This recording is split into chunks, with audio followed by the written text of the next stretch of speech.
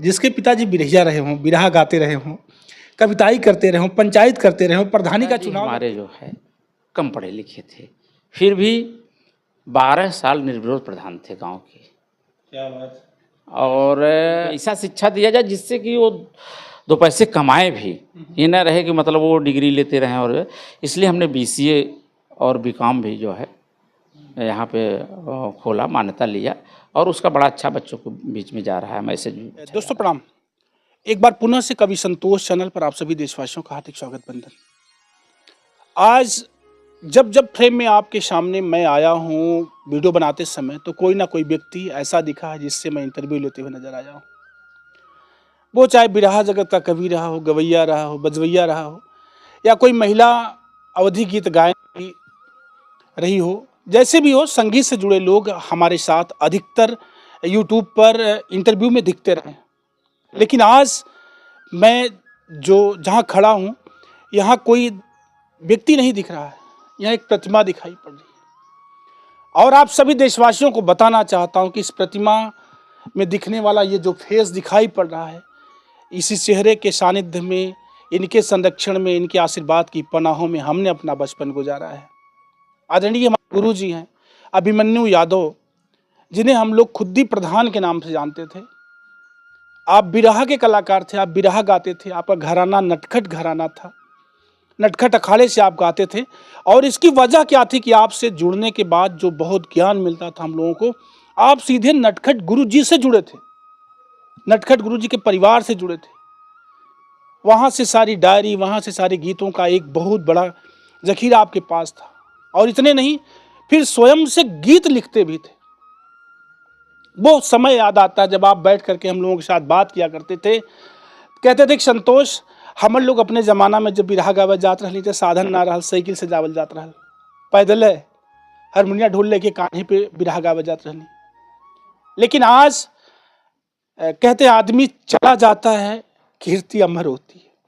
हमारे बीच से कोई इंसान निकल जाता है, वो चला जाता है, लेकिन उसकी यादें हमारे दिलों में जिंदा रह जाती हैं। और ख़ास तौर से जब बाबूजी जैसा व्यक्ति, बाबूजी के विचारों वाला कोई व्यक्ति इस तरह से हो, जो समाज को मरणोपरांत यानी मरने के बाद भी कुछ दे रहा हो, तो निश्चित तौर पर जीवन पर्यंत जब तक हम जीते हैं तब तक हम इनको याद करेंगे, सलाम करेंगे, प्रणाम करेंगे। आइए, इनके परिवार के कुछ लोग हैं, जो लोग यहाँ मौजूद हैं, और ये प्रतिमा क्यों बनाई गई है, इसके उद्देश्यों से आप सभी देशवासियों को जोड़ने का छोटा सा प्रयास मैं करता हूँ। आप अभिमन्यु यादव, यहाँ लिखा है श्री अभिमन्यु यादव PG कॉलेज जौनपुर, लपरी जौनपुर। तो श्री अभिमन्यु यादव PG कॉलेज लपरी जौनपुर, यानी बाबूजी और बाबूजी के नाम से ये PG कॉलेज, संबद्ध पूर्वांचल विश्वविद्यालय यूनिवर्सिटी यानी जौनपुर से ये विद्यालय जो है, ये PG कॉलेज जुड़ा हुआ है। कवि एवं लोक गायक अभिमन्यु यादव खुद्दी प्रधान की मूर्ति का अनावरण माननीय लकी यादव, विधायक मल्हनी विधानसभा के कर कमलों द्वारा अश्विन शुक्ल पक्ष संवत 2079 तदनुसार दिनांक 8 अक्टूबर 2023 दिन रविवार डॉक्टर वकील यादव प्राचार्य की उपस्थिति में संपन्न हुआ। अध्यक्षता श्री मुन्ने लाल यादव, प्रबंधक जो विद्यालय के प्रबंधक हैं, श्री जयप्रकाश यादव अध्यक्ष, और इंजीनियर राहुल यादव डायरेक्टर। ये बोर्ड लगा हुआ है और आपकी ये प्रतिमा है। गरीबी के उस आलम में आपने अपने जीवन की शुरुआत करी थी जब संसाधन नहीं था, बिरहा गाने के लिए जाने वाले लोगों को नहीं मिल पाता था। लेकिन ऐसे में आज ये जो फील्ड आप देख रहे हैं, जो ये बिल्डिंग देख रहे हैं, इस बिल्डिंग, इस फील्ड से क्या कुछ दिया जा रहा है क्षेत्र की जनता को, क्षेत्र के नौनिहालों को, बच्चों को। आइए, आपके बेटे हैं जो विद्यालय के प्रबंधक हैं श्री मुन्ने लाल यादव जी, इनसे मिलते हैं और सीधे, अब बाबूजी तो हमारे बीच में रहे नहीं कि इनके विचारों को हम आप तक पहुंचाएं, लेकिन कवि होने के नाते, एक कवि के त्याग और तपस्या से आज जो ये विद्यालय, महाविद्यालय क्षेत्र को सेवा दे रहा है, इस महाविद्यालय में योगदान और मेहनत की पूर्णता, तपस्या को हम जान लेते हैं आपके बेटे श्री मुन्ने लाल यादव प्रबंधक जी से। आइए सीधे मिलते हैं और बात करते हैं मुन्ने लाल यादव प्रबंधक जी से। जी, तो जैसा मैंने बताया कि आप आदरणीय हमारे गुरु जी के बेटे हैं, अभिमन्यु यादव कवि जी के आप सुपुत्र हैं श्री मुन्ने लाल यादव। प्रबंधक श्री अभिमन्यु यादव पीजी कॉलेज लपरी जौनपुर आपके साथ बैठे हैं और मैं चाहूँगा कि आपसे बातचीत का अंश अब भेजूँ। चूँकि बाबूजी रहे नहीं मेरे बीच में, तो आइए इनसे बात करके कुछ बातों का अंश छोड़ते हैं आप तक। भैया प्रणाम के साथ स्वागत है। आपको भी बहुत बहुत हमारा आशीर्वाद और आपके चैनल को भी आप इसी तरह से आगे बढ़ते रहें। अब जो भी पूछना हो आप हमसे पूछ सकते हैं। भैया एक बहुत बड़ी उपलब्धि है, पिताजी के साथ हम लोग रहे, बिरहा गाते रहे बाबूजी, और उनके साथ मेरा बचपन गुजरा है। ऐसा नहीं कि मैं परिवार से अनजान हूँ या आपसे परिचित हूँ, लेकिन मुझे लगा कि बाबूजी की कमी जब आज मैं इंटरव्यू टहल करके लगभग आउट ऑफ जनपद में ले रहा हूँ, तो मुझे लगा कि बाबूजी नहीं रहे, उनकी आवाज़ लोगों तक छोड़ पाता मैं। फिर मुझे लगा कि भैया से ही बातचीत करके मैं डालूँगा। ऐसे में एक बड़ी संस्था का निर्माण श्री अभिमन्यु यादव यानी पिताजी के नाम पर श्री अभिमन्यु यादव पीजी कॉलेज का निर्माण करना और क्षेत्र में सेवा देना, ये कितनी बड़ी संस्था। मैं तो जानता हूं कि 2500-50 गांव में या अगल बगल के पूरे पवस्त में जो है एक बड़ा विद्यालय के रूप में जो है इस संस्था से कम 100 गांव जुड़े हुए हैं, बच्चे जुड़े हुए हैं, 100 गांव के बच्चे। तो ये ख्याल मन में कैसे आया कि मुझे बाबू के नाम पर एक बड़ा महाविद्यालय खड़ा करना है, एक बड़ी पूंजी, वो पिताजी की बताई गई स्थिति, ये सब सोचता हूँ तो फिर सोचता हूँ कि इतने बड़े विशाल का मतलब सिस्टम का जो है संचालन कैसे बन गया। देखिए हुआ क्या कि पिताजी हमारे जो है कम पढ़े लिखे थे, फिर भी 12 साल निर्विरोध प्रधान थे गांव के। क्या बात।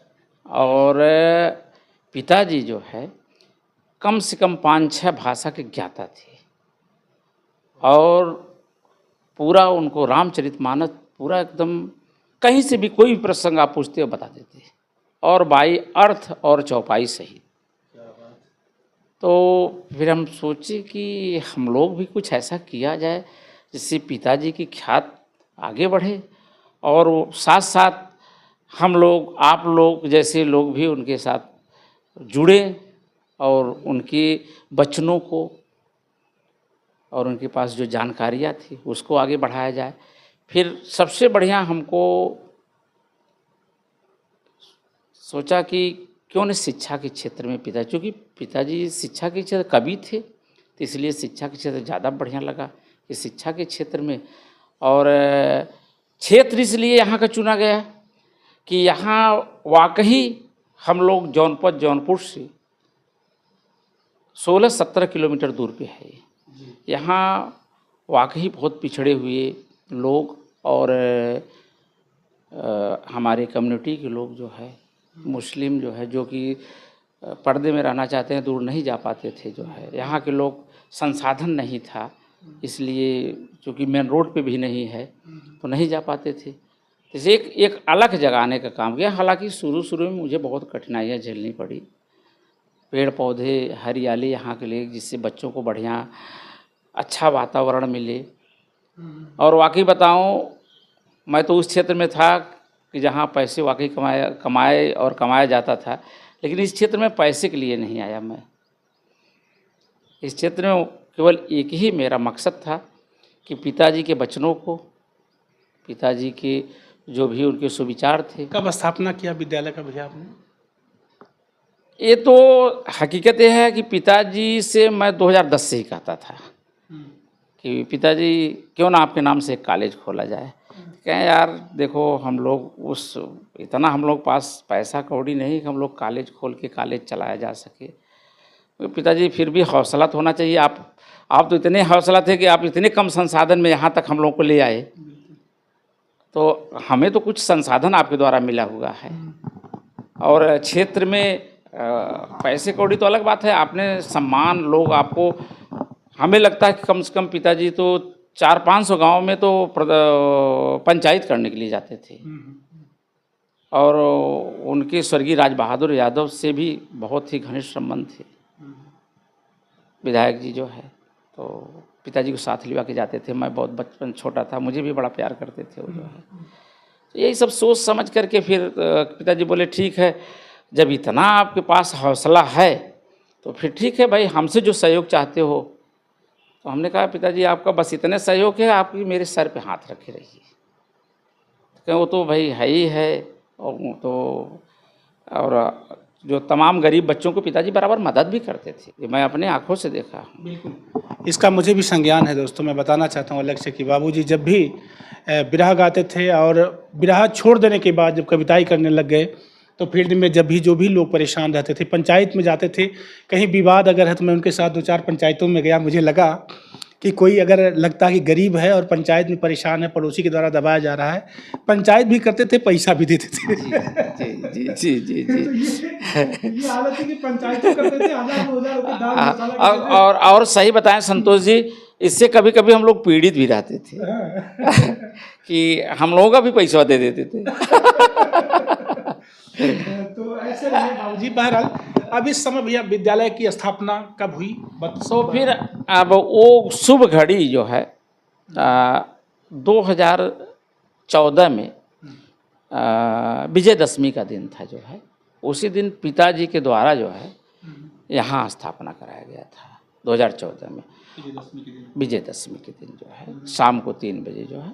और हम लोग जो है 2 जनवरी 2015 से, चूँकि भतीजी की शादी थी अप्रैल में, तो हम लोग कुछ ज़मीन लेने के बाद कुछ कर नहीं पाए, तो फिर जनवरी 2015 में हम लोग यहाँ पर विधिवत जो है इसका शुभारंभ किया। उसी साल हमने मान्यता भी ले लिया था। और एक चीज़ है कि मान लीजिए विद्यालय तो ठीक है अपना खोले चल रहा था, लेकिन हमारे मजलिस सपुत्र जब से बादल जी आए तो ये हमको बड़ा प्रेरणा दिया कि पिताजी ऐसा है पापा कि यदि अगर बच्चे बहुत नहीं आ पाते हैं क्योंकि उनके पास सुविधा नहीं है, वो कैसे आएँ। तो हमने कहा बेटा जो बच्चे फीस नहीं दे पाते हैं, अधिकांश बच्चों को निःशुल्क मैं पढ़ाता हूँ, वो बस की फ़ीस कैसे दे पाएंगे। तो कहें पिताजी ऐसा कहे अगर आप बस दे दीजिए, निःशुल्क चला दिया जाए तो बच्चे आ जाएंगे और पैसा कौड़ी ये तो आता जाता रहा।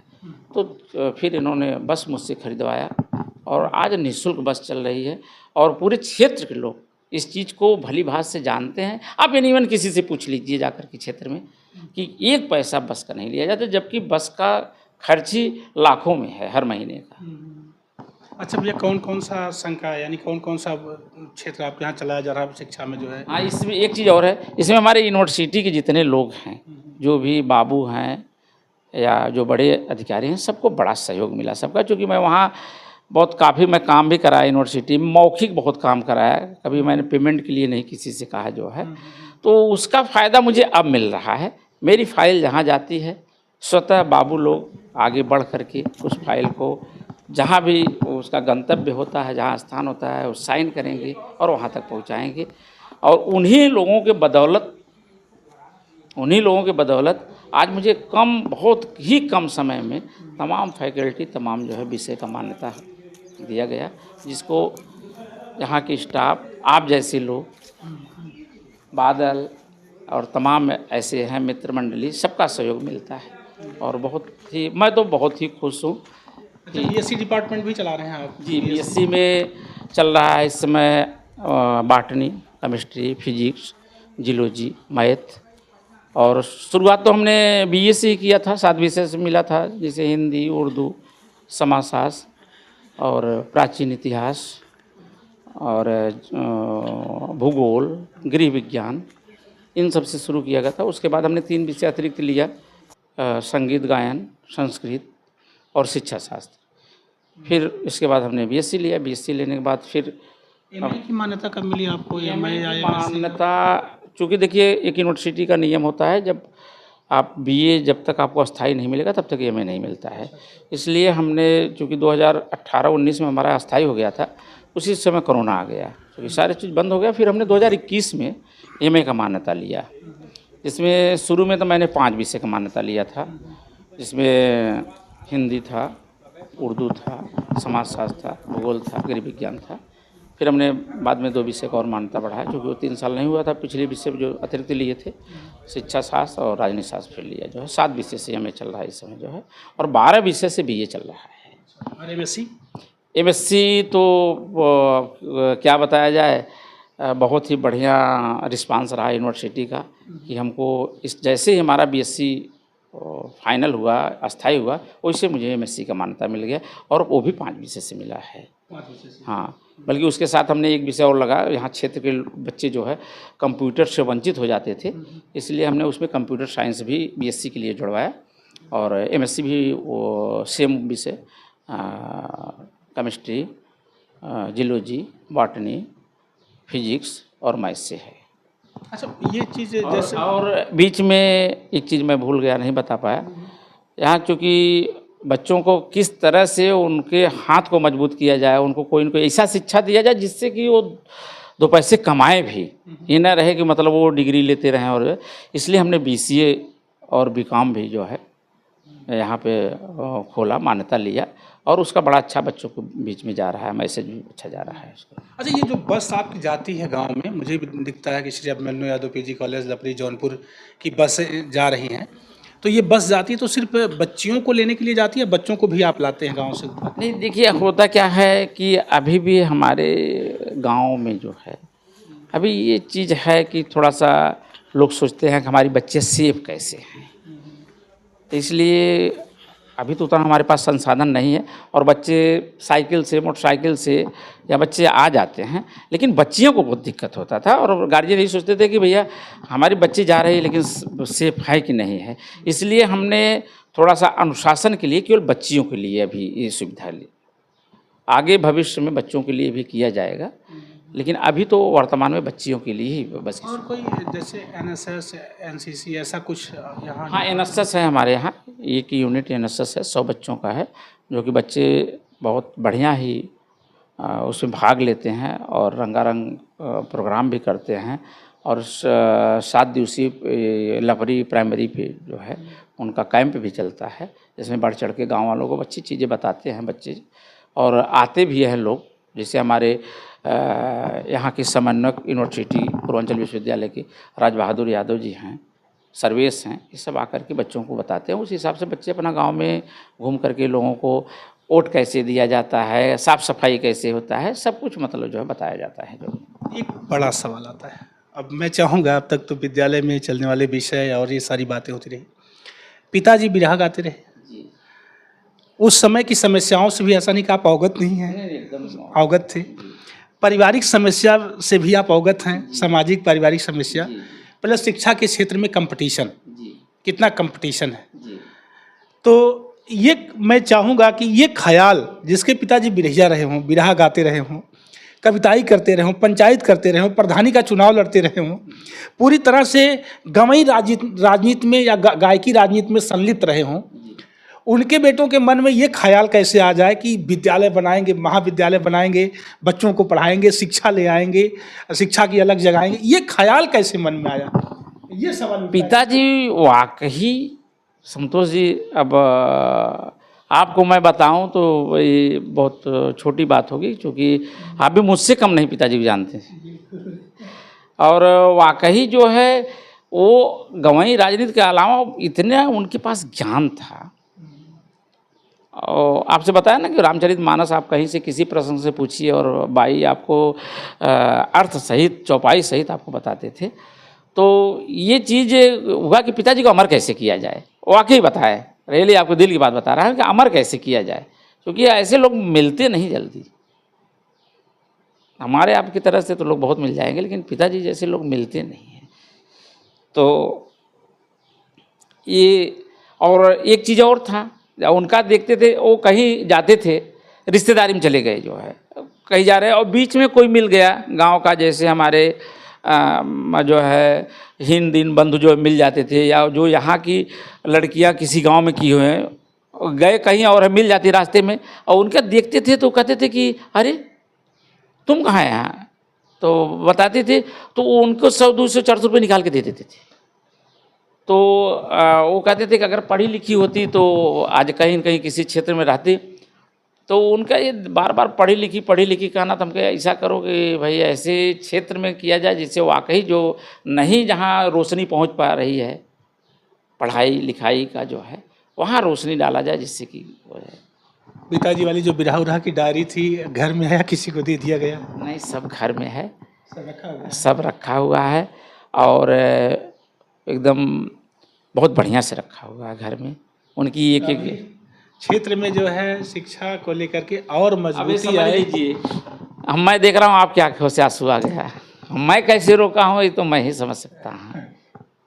अभी शिक्षा के क्षेत्र में शिक्षा को लेकर के क्षेत्र में और मजबूती आए और बच्चों में और न्यू मजबूत हो, गार्जियंस और मोहब्बत के साथ और विश्वास के साथ हमसे जुड़े, इसके लिए भविष्य में क्या कुछ सोचा आपने अलग से? जी, मैं सोचा हूँ कि यहाँ एक लॉ का स्थापना किया जाए, लॉ का स्थापना किया जाए जिससे बच्चियाँ, क्योंकि बच्चे तो चले जाते हैं क्योंकि दूर दराज में है जौनपुर के, लेकिन बच्चियाँ ला नहीं कर पा रही हैं। और जब तक आधी आबादी को अधिकार नहीं दिया जाएगा तब तक जो है हम लोगों का मिशन नहीं पूरा होगा। क्या बात, हाँ, यही मैं सोच रहा हूँ। बहुत ये भावुक पल है और मैं बिरहा जगत से जुड़ा हुआ हूँ और ऑलरेडी मैंने पहले बताया कि जो हमारे गुरुजी थे जिनके चरणों में रह करके मैंने बोलना सीखा, बतियाना सीखा, गाना बजाना सीखा, पड़ोसी होने के नाते मैं अधिकतर उनके सानिध्य में रह करके बहुत कुछ ज्ञान की बातें सीख लिया करता था। आज उनके महाविद्यालय में, उनके नाम से जो महाविद्यालय चल रहा है उस महाविद्यालय परिसर में बैठा हूँ। आप उन्हीं के बेटे हैं मुन्ने लाल यादव जी, और आप इस विद्यालय के प्रबंधक हैं। बतौर प्रबंधक की हैसियत से मैंने चाहा कि विद्यालय में चलने वाले विशेष पहला इंटरव्यू किसी विद्यालय के प्रबंधक का मैं अपने चैनल से लगा रहा हूँ। तो विद्यालय से क्षेत्र को मिलने वाली सेवाएं, सुविधाएं कैसी रही हैं, ये प्रबंधक जी से बात करके आप तक छोड़ दूं। लेकिन उस पुनीत आत्मा के लिए एक मैसेज, एक संदेश कि आज भी हम आपको याद करते हैं, आप मुझे याद आते। मिलेंगे अगली बार जल्दी से इस वीडियो में, तब तक के लिए लेते हैं आप लोगों से विदा। आपका संतोष, नमस्ते, प्रणाम, जय हिंद। जल्दी से अगली वीडियो में मेरे साथ कैमरामैन विशाल दुबे था। धन्यवाद।